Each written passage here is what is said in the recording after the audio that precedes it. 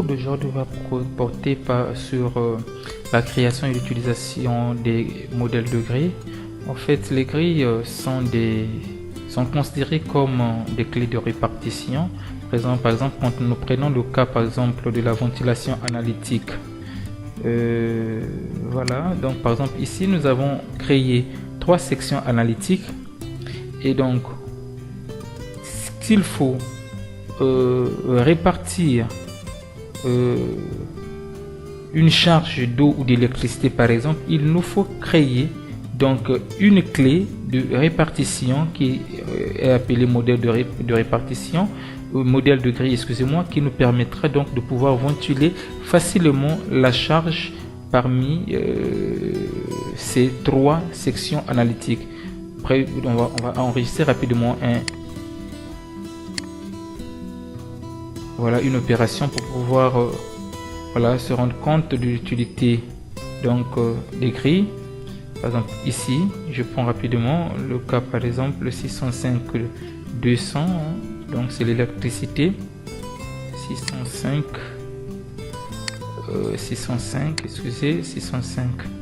voilà, électricité.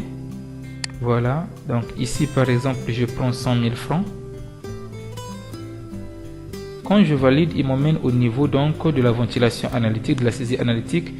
Alors je suis obligé ici par exemple pour ventiler, donc de prendre par exemple pour le magasin, donc de le ventiler manuellement en faisant quoi? Par exemple en le répartissant, je suppose par exemple le magasin prend 40 000. Voilà, je prends encore par exemple le dépôt, donc qui prend prenons supposons 50 000.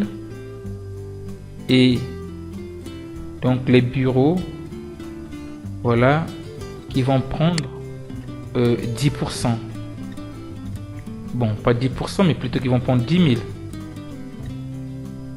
Donc, pour pouvoir ventiler cela, voilà, et là, au moins, voilà, on a imputé 100 000, total imputé 100 000 francs.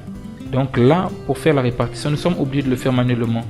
Or, il s'avère que c'était possible de pouvoir donc passer cette écriture là. C'était possible donc de pouvoir passer cette écriture.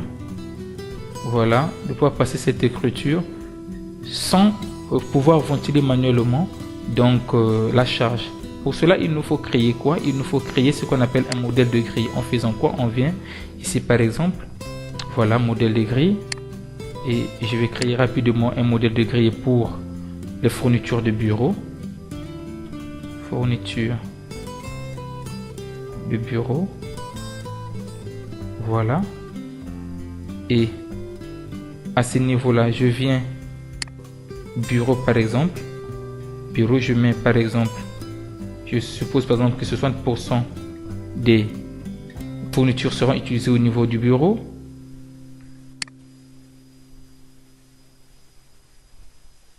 10%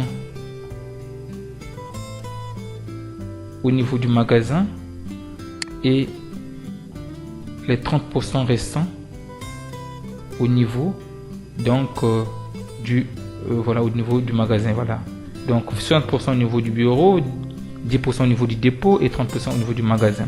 Alors qu'est-ce qui va se passer si je veux par exemple enregistrer une charge concernant donc les fournitures de bureau rapidement?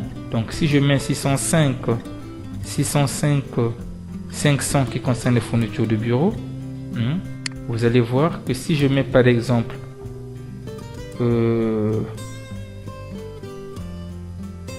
60 000 par exemple, je valide.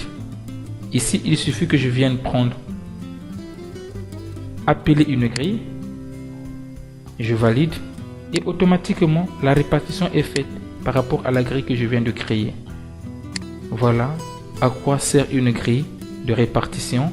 Donc comme je disais, elle nous sert donc de clé de répartition. Voilà, donc nous arrivons au terme de notre petit cours d'aujourd'hui qui portait sur la création et l'utilisation des modèle de grille. Merci. Alors nous nous revoyons donc, nous nous rendez-vous donc à la prochaine vidéo. Merci, ciao.